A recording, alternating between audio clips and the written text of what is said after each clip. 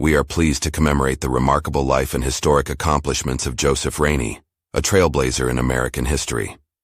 Joseph Rainey holds a distinguished place in the annals of our nation's past as the first African American to serve in the U.S. House of Representatives, the first African American to preside over the House, and the longest-serving African American during the tumultuous Reconstruction period.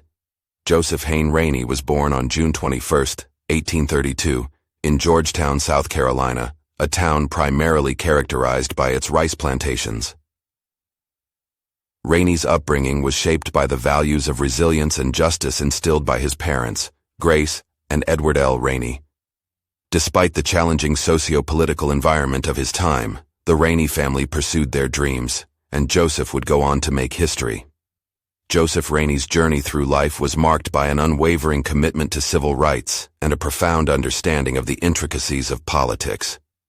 On the floor of the House of Representatives, he boldly proclaimed, "I tell you that the Negro will never rest until he gets his rights."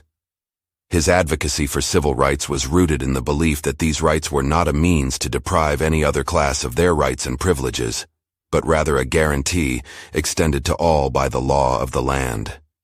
During the tumultuous years of the Civil War, Joseph Rainey's path led him from digging trenches to serving as a cook and steward aboard a Confederate blockade runner. In 1862, he and his wife Susan found refuge in Bermuda, a self-governed British colony that had abolished slavery in 1834. There they thrived, establishing successful businesses and contributing to the local community. Returning to Charleston in 1866 after the Union's victory, Joseph Rainey's acquired wealth elevated his standing in the community. He became an active member of the Republican Party, serving as the Republican County Chairman, delegate to a state constitutional convention, and a census taker.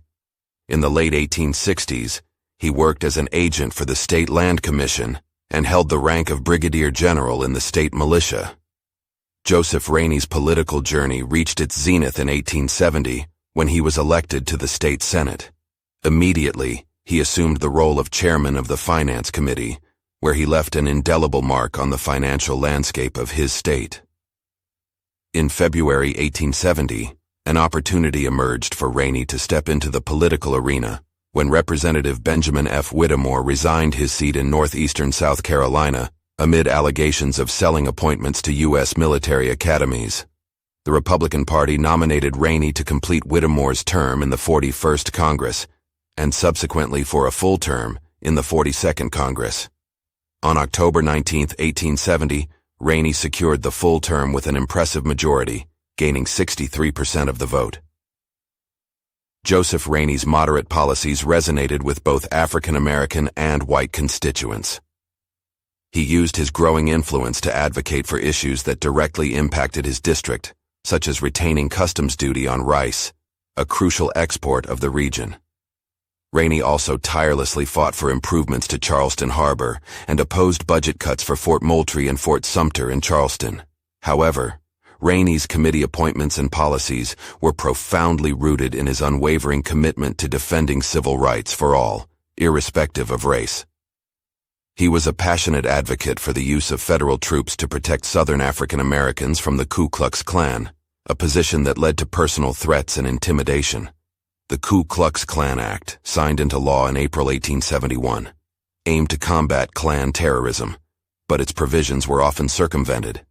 Rainey also championed Senator Charles Sumner's Civil Rights Bill of 1875, which aimed to end racial discrimination in various aspects of public life. He highlighted the urgent need for desegregation in public schools, a matter that had plagued race relations for generations.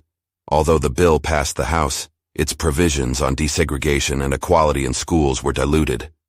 Rainey's advocacy extended beyond civil rights for African Americans. As a member of the Committee on Indian Affairs, he presided over the House of Representatives in April 1874, making history as the first African American to do so. He oversaw debates on issues concerning Indian reservations and generally opposed legislation restricting Asian immigration to the United States.